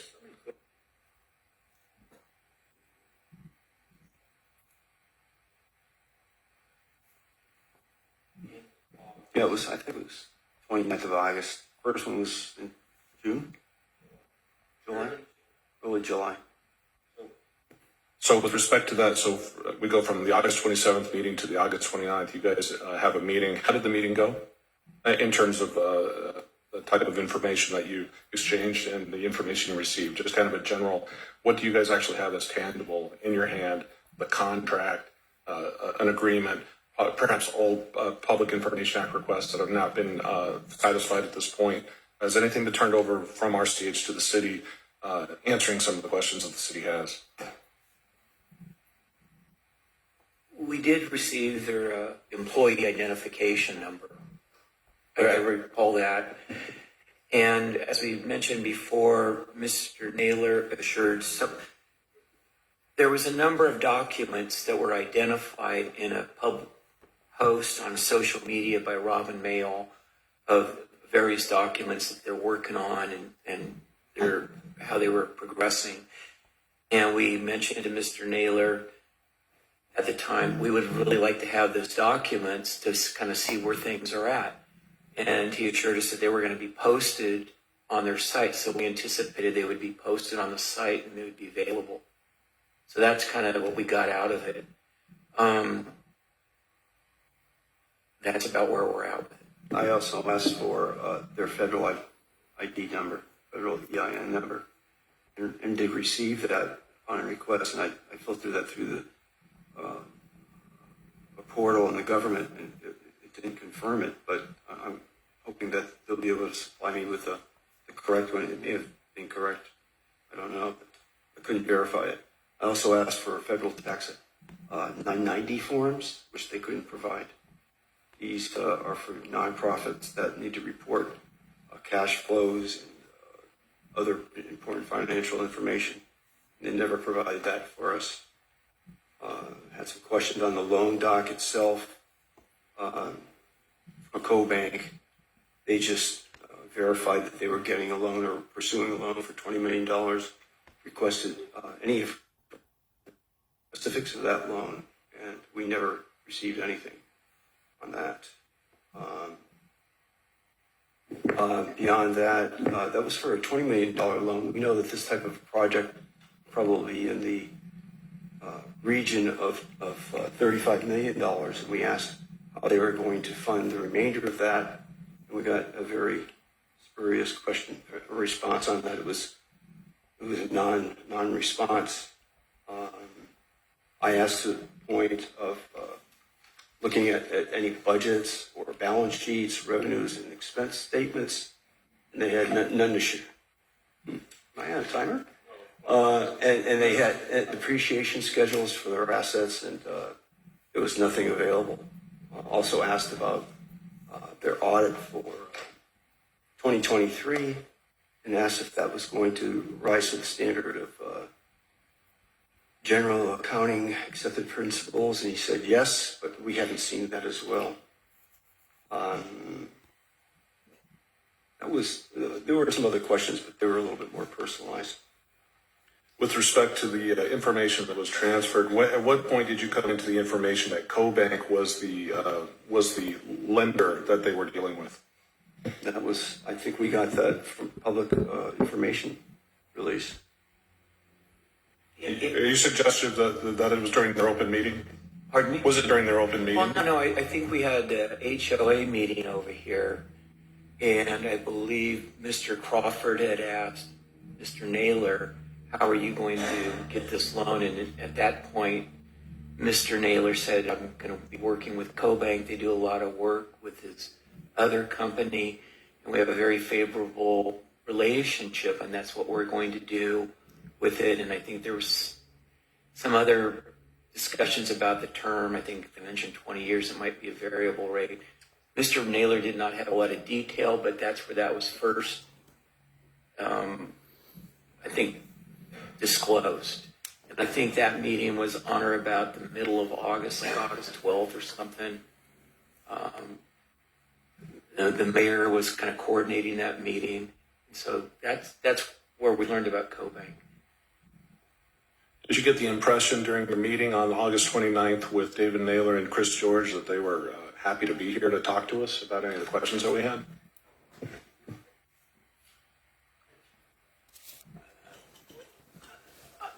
I think initially they were not, but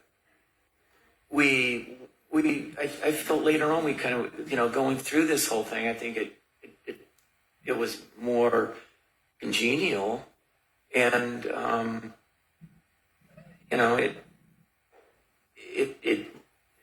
I felt that towards the end it was very useful, but that's where we were thinking we were going to get some of these documents, and that's kind of where it was left. And where when things kind of went south on all of it was when that we started learning about CoBank, the federal bar issue, and then we got the 2-page threatening letter on or about, Friday before a meeting.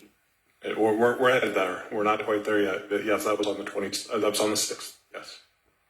Yeah, and then on the 3rd, I think Mr. George mentioned it, that and I think I've mentioned it, that's when they mentioned that they were going to collateralize the revenues. And so our concerns were confirmed that this was what was going on. And so the focus was basically taken off of, oh, where are they at in actually getting this done?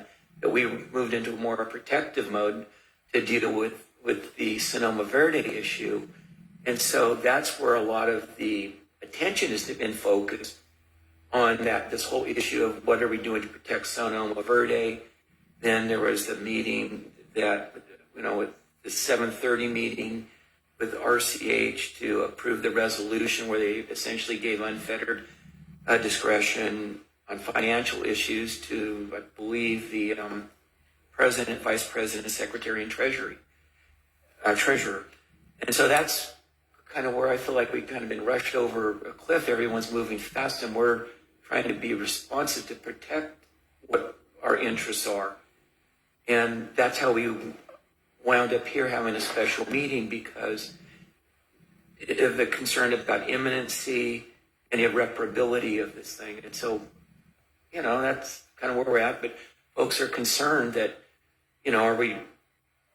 is there any ill will, or, what are we trying to do to stop RCH? And it's like, no, we're not trying to stop anybody. We're just trying to make sure that our interests are protected. And then right now trying to find a way to I guess, reconcile these two competing concerns. So anyways, that's your... Yeah, thank you for answering that. That's very enlightening. I am looking actually at this letter right now that came from RCH, dated September 6th, from their attorney. This was, you had no conversations with Mr. Bradbury's office prior to this coming out? The Water Committee had no conversations with him? Was he part of any of the meetings? So to my understanding, Mr. Bradbury had in his possession an agenda item which was not yet public in his hand when he sent this letter to the city, issuing a threat of litigation if this agenda item was put on to the agenda that was posted on that day. So he had advance notice from somebody at this dais, including a spelling error, showing that this was not something that was spoken on the phone. Somebody took the text and took it out. I'm a little frustrated that happened, because the next thing I know, my water committee colleagues are being threatened with litigation from a water provider for who they had no animus towards. They just were asking questions. We want these documents. The people want to know. We want to know the risk to the city. Please inform us of this stuff. I have no reasonable expectation, in my opinion, that RCH would have taken a phone call from you. They would have told you, get it from James Bradbury. Get it through a subpoena. This city has not done any of this, has been from animus. And that's my frustration when I receive a letter like this, which should be published on the city website, in my opinion, where two absolutely amazing city council members who have done nothing but try to tell the city what the risks are against it, where the information they're providing is winding up out in the public. And I don't know why it's getting out. I don't know how it's getting out, but it's going to stop. Okay? I will get authorities involved. It's got to stop. In it is well known that certain members, it's all in here. The timing of the agenda item suggests a desire for intentional interference by individual city council members with RCH's financial advisors and lenders. That is not the case at all. It's false. It's made up. It's a red herring. Is that in any way, shape, or form reflective of the views of the Water Committee when they put out the information that this is responsive to? No, I mean, that's why we were trying to give them notification not to include the revenues in this loan application. And that's why we included it, just get it on the agenda to get this discussed. So the thought was is that when we were in an amicable or congenial relationship at that time, and wanted to make sure that RCH was aware not to include it. And so it wasn't done as a threat. It was done as, we've talked a lot about transparency. And Why is transparency important? Because you're communicating information to folks so that they can use it to make decisions. And you want to make informed decisions. And so that's all we were doing is with that respect to that agenda item, just to make sure RCH is put on notice, don't include it, and lenders, please do not include this. And that's for transparency to their lenders that we don't want it included. And then the fact that they're threatening us for trying to put their lenders on notice that this is not to be included, that's what I found particularly egregious. Thank you. I have no further questions. We've talked a lot tonight, so I think we've talked enough about all the agenda items. So I'm probably just going to say I'll accept a motion on 5.1. Once we do that vote, I'll accept a motion on 2 and then 3, just because I think we've talked about everything we can to talk about. So let's just get the meeting done. I'll entertain a motion on 5.1. Make a motion to accept 5.1 as written, sending a notice to RCH Water Company. I'll take a second. I'll second. All those in favor, aye. Aye. Aye. Aye. All those opposed? Show that unanimous. 5.2, discuss, consider terminating the water lease agreement between the city and RCH for Sonoma Verde and entered into on or about January 14th, 2014. I'll entertain a motion. Make a motion to consider terminating the water license agreement between the city and RTH. Second. I would like to second. Now it's open for discussion. Okay.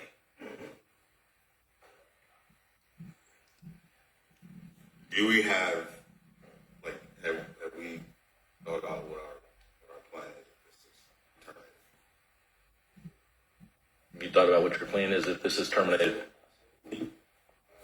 We'll take a look at RCH and see what they have in terms of an offering.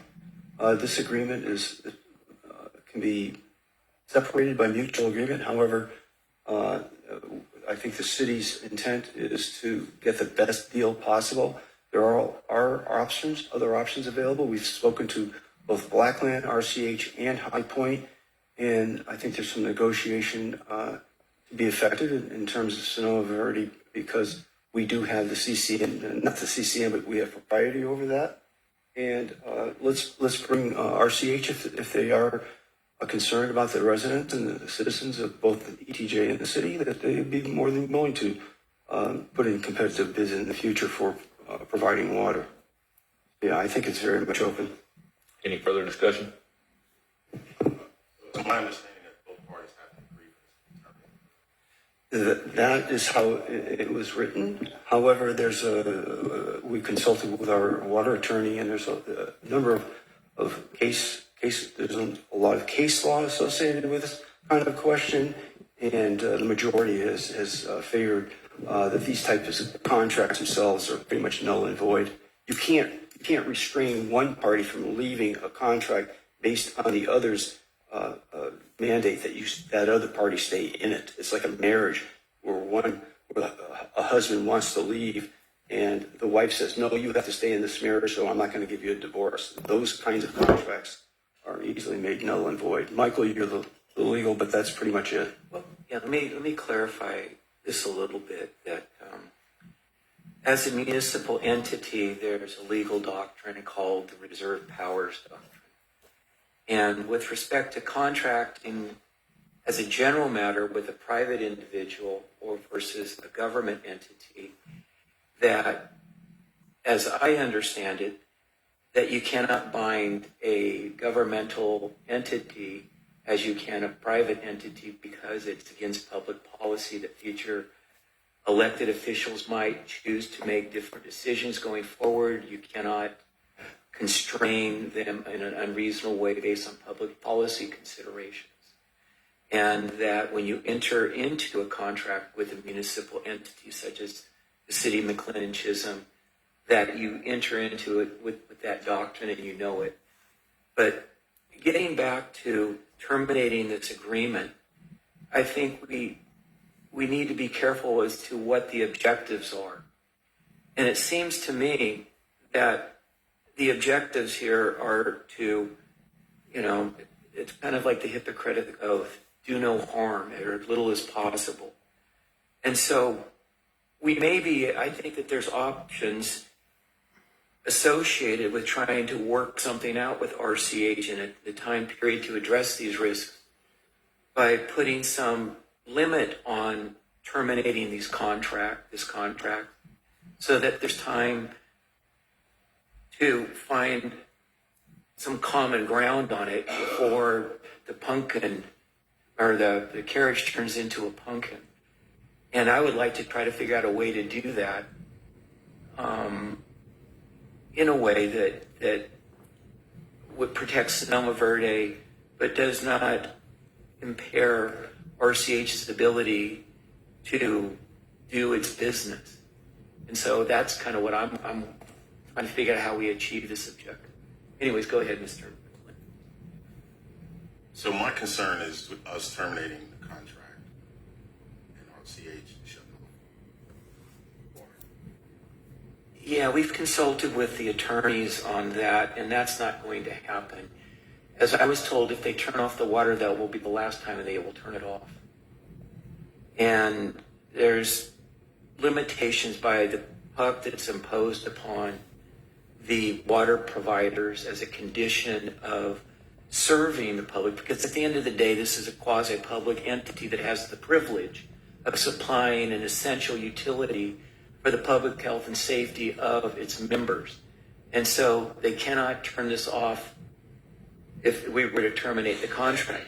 There may be other issues that might arise, and that's why I think it's critical to think about how do we protect our objective, protect Sonoma Verde, and not frustrate RCH's ability to do its work, to get funding.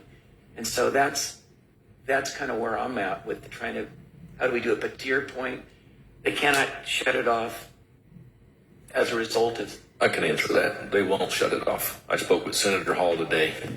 Senator Hall is very much involved in this as well, as some other individuals that I was able to get a hold of today in this matter. So no, they won't shut it off. Not only does that come from Senator Hall, that comes from RCH themselves, because I had that same concern. Hey, if this does get terminated, do the residents of Sonoma Verde still have water? Absolutely resounding yes was the answer.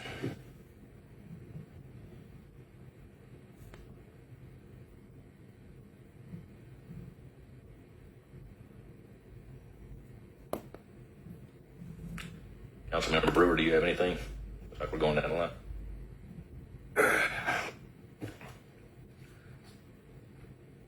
I'll just say, I just don't think at this point we should be going down the road of terminating the license agreement yet.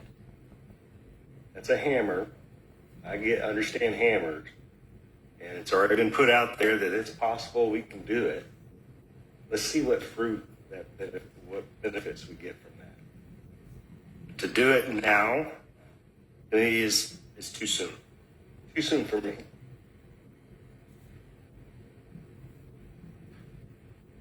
Councilmember Day, I think you already spoke, but if you have anything else you want to add on it, and if not, then we'll go to Mayor Pro Tem. Sir, for item 5.2, it's actually a different question as far as I'm concerned. They're all different questions.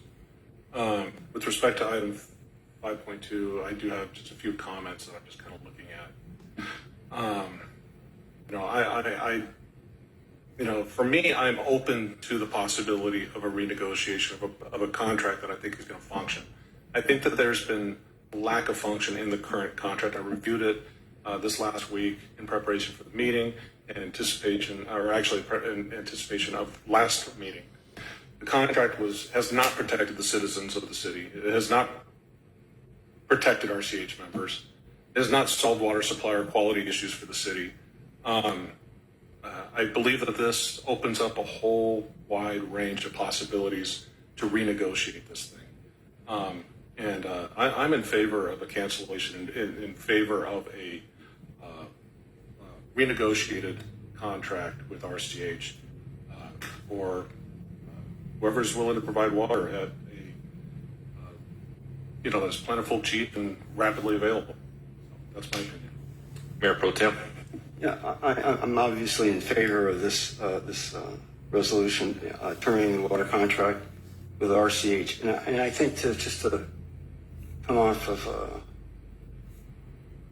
City Councilman Day's comment is that it will force them to finally negotiate in some faith and come and argue why they should continue to be the water provider in Sonoma Verde. And I think they've been quite reticent about cooperating with us in terms of providing specific detailed information about their project and their financials. And I think this will force them to that point. Otherwise, they'll continue to obfuscate and avoid and throw up barriers to us doing what we think in the concert of our work to provide for what's best for our citizens. And so I think this is a cudgel. It's a very small little cudgel that we'll use to get them back to the table and start some serious negotiation. And if they want to continue to provide service to Sonoma Verde, then I think they would be wanting to come back because they could lose this contract. So from that standpoint, I think they need to come back and voice their arguments as to why they believe they're the better provider into the future. I've got a motion and a second. I'll go to the vote unless there's any further discussion. All those in favor say aye. So what was the motion? Can we repeat the motion, please? I believe the motion was to discuss and consider terminating the water license agreement between the city and RCH for Sonoma Verde and enter into on or about January 14th. I think they read it verbatim. So this motion is discussing and considering termination. It's not terminating. It's considering terminating. Correct. There's a difference, gentlemen. Correct. So are we considering terminating or are we voting to terminate? Because there's a difference. Sir, to that question, the intention was to have a motion to allow termination. That was the intent of the original. But that's not the motion. Yes, sir, I understand. So we need to, or what we can do, we can vote on this. And where's Holland? You don't want to vote on it. What you want to do is you made the motion, just amend your motion. That's how you're going to want to fix that. If you vote on it, then it's done. You go ahead and amend your motion.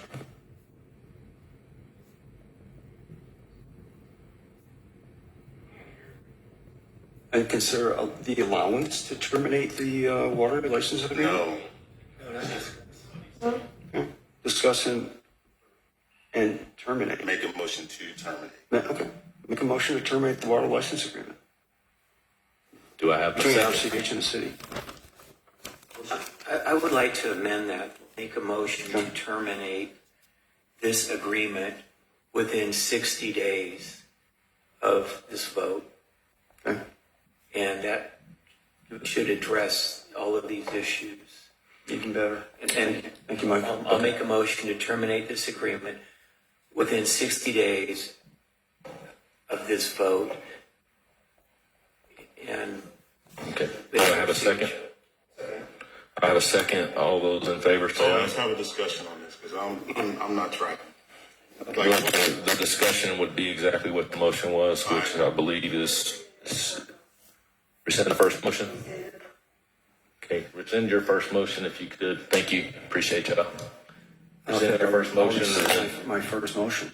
boom, rescind it. Make you go ahead and that's correct. Go ahead and make the let me second rescind motion. my motion here. I want to hear what Mr. Clinton's concerns are. So there is now no motion on the table, just so we're clear. So you want to Which we should make it, we have to make the motion, we have to have the second.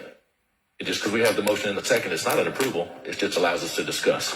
So if you make that same motion, Councilmember Easter, then we will get the second and then we can go back to a discussion. Thank you for that clarification. It's a lot on the. And another tutorial in Robert's rules. I make the motion for termination within 60 days, And I'll let. Do I have a second to that motion?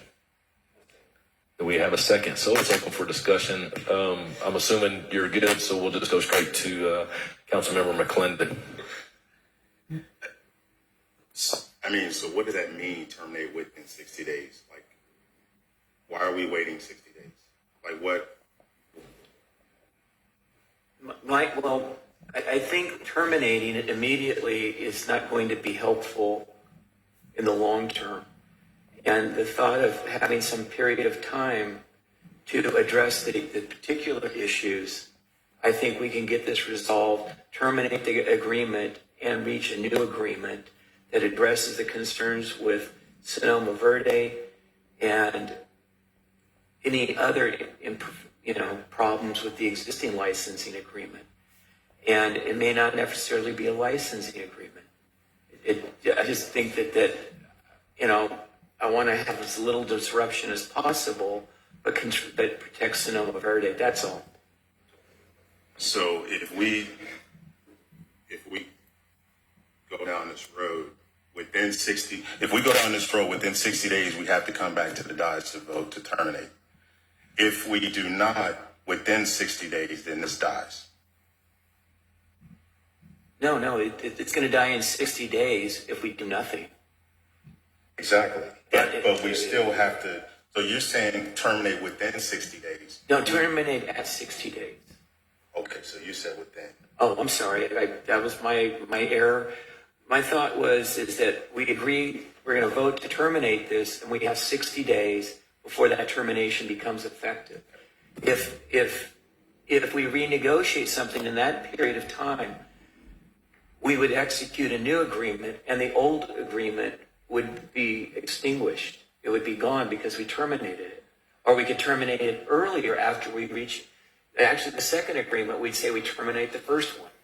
But I mean, I just want to have some time to try to find a way to address this. That's all. And I want a time specific, as Jerry put it, a hammer to try to get this thing done. That's all. And thanks for the clarification, because it was an imprecise characterization. So now you have to amend to terminate at 60 days, not within.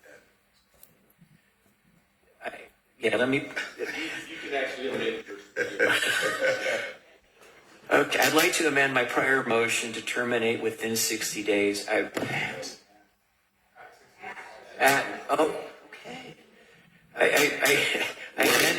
amend my motion to terminate at 60 days after this vote. Is that correct?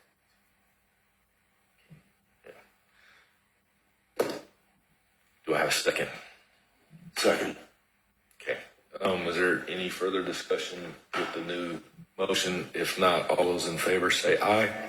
Aye. Aye. Aye. All those opposed say nay. Nay. Show that 4-1, please, with Councilmember Brewer as the nay. 5.3, discuss and consider authorizing the water attorney to initiate a lawsuit for the purpose of seeking an injunction against RCH Water Supply Corporation to preclude it from impermissibly encumbering all property of whatsoever nature from being included on any loan RCH seeks. Such injunction to include its September 13th, 2024 violations of the Texas Open Meetings Act and any previous violations of the same. Do I have a motion? Yeah, so moved. Under discuss and consider, yes, to initiate a lawsuit for the purpose of seeking an injunction. So moved. Do I have a second? And it's open for discussion. If there's no discussion, I will take a vote, but if there is discussion, let's talk some more. I want to discuss this and try to integrate it with what we just did. I think that we need to address how this injunction might work with the termination if we're unable to reach an agreement with RCH in the next 60 days. And I'm not sure of the most appropriate method that we might want to consider for doing this. I think the most straightforward would be to assume that in 60 days that they could initiate it, I think another alternative might be to consider tabling it, pending our ability to reach some agreement with RCH on this. I think that, you know, I want to minimize any negative impacts, but I want to retain all of our ability to protect Sonoma Verde. But those are just some preliminary thoughts, and I'd be interested in what others think. Councilmember McLendon, do you have anything on this item? Councilmember Brewer, do you have anything on this item, sir? Just that I think this would undercut what you're trying to do in 5.2. Councilmember Day, do you have anything on item 5.3, sir? Yeah, I don't see it connected to item 5.2 in any way. I mean, I guess it can be in the way that they're breaking it up, but 5.3 seems to be connected more to 5.1, which is a reluctance on behalf of RCH Water Corporation to hand over documents and to let people understand the risk to the city's assets. That's what this is connected to, not item 5.2, which seems to be a totally different question. So I see them as very different things. And this is simply an injunction. An injunction can be released at any time. Basically, I think this is an attempt to try to compel a conversation between the two. If they don't want to do it voluntarily, it's going to happen. I think that's the main purpose of this. And I'm going to reference back to this thread of litigation that came where they said that they were going to sue the individual water members. Or they didn't put it that way, but they all but said it. We all knew who they were talking about. These guys are speaking from a position of strength through their attorneys. And in my opinion, when they issued that letter, they were telling the water attorneys, the water committee, do not put that on the agenda. I felt that they were strong-arming them. I felt that this was a form of intimidation of elected officials. I feel that this was borderline, it certainly was unethical. I don't believe that they are going to come to the table with any degree with any expectation of being sincere and working with the city. So I don't think that we really have a choice. I'm in favor of this. Mayor Pro Tem, do you have anything to add to 5.3, sir?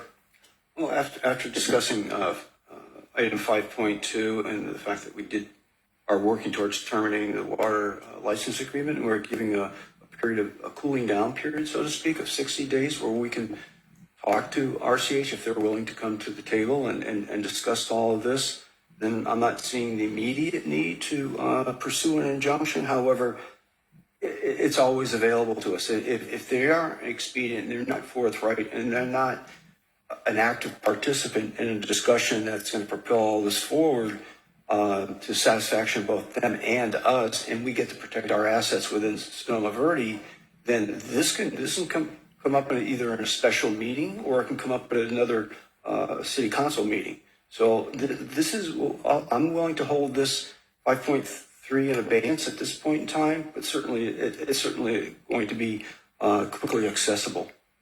Sir, how long would you want to table it if that was something that you were interested in doing? Because given the information we just received without disclosing this publicly, this is a very serious threat to the city.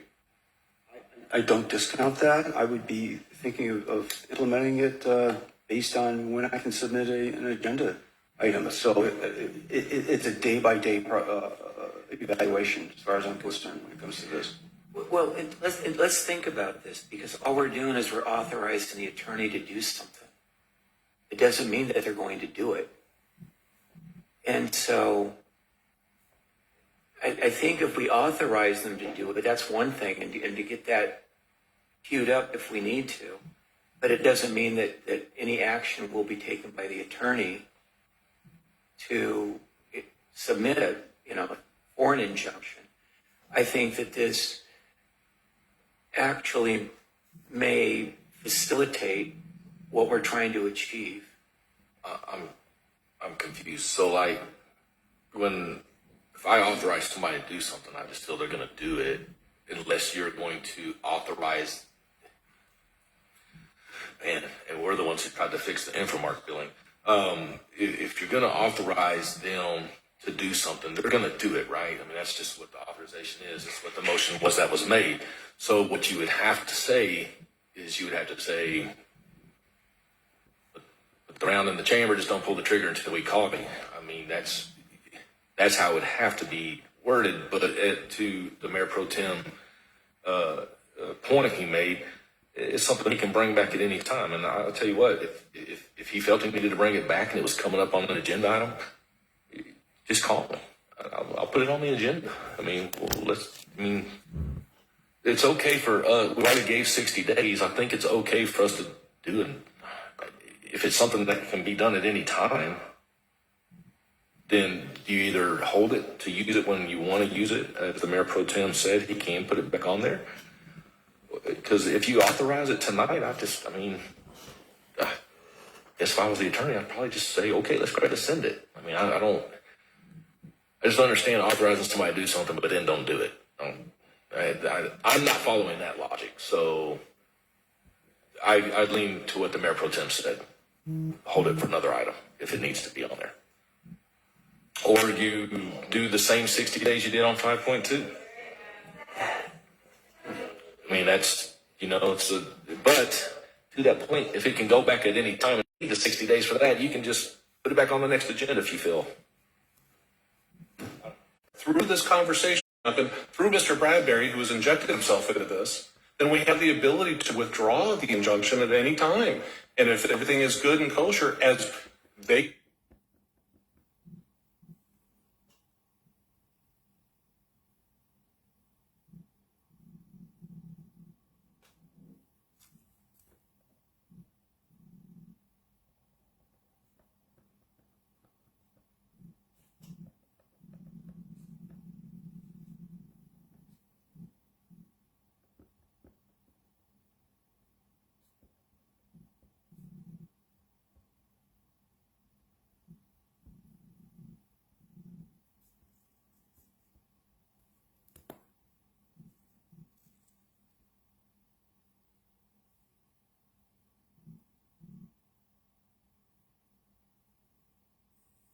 claim it is, then why are they sending threatening letters?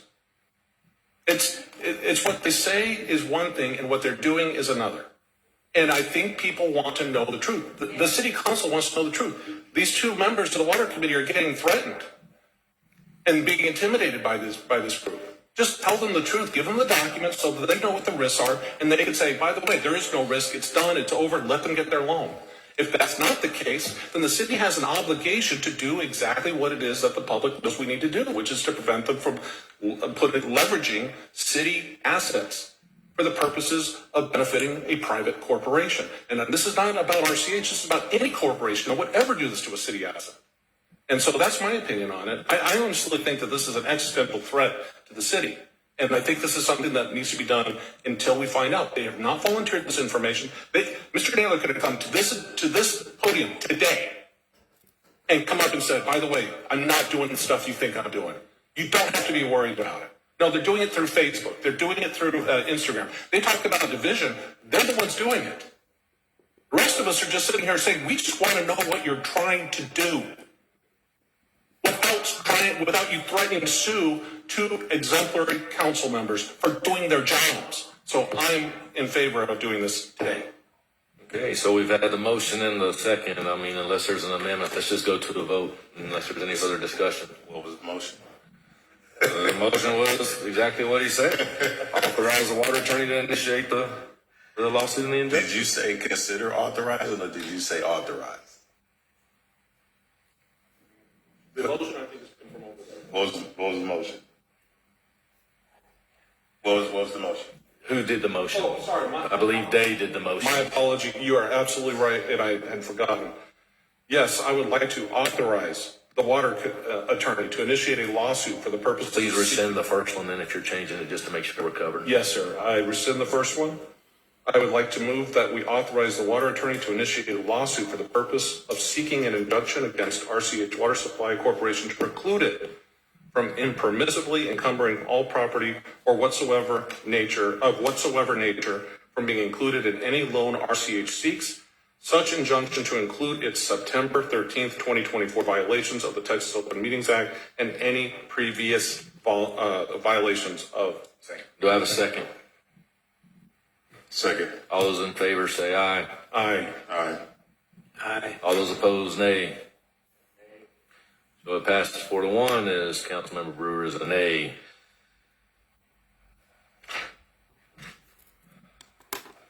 Normally we have comments from the council. It's not on here, so I'm going to call this meeting adjourned at 10:07.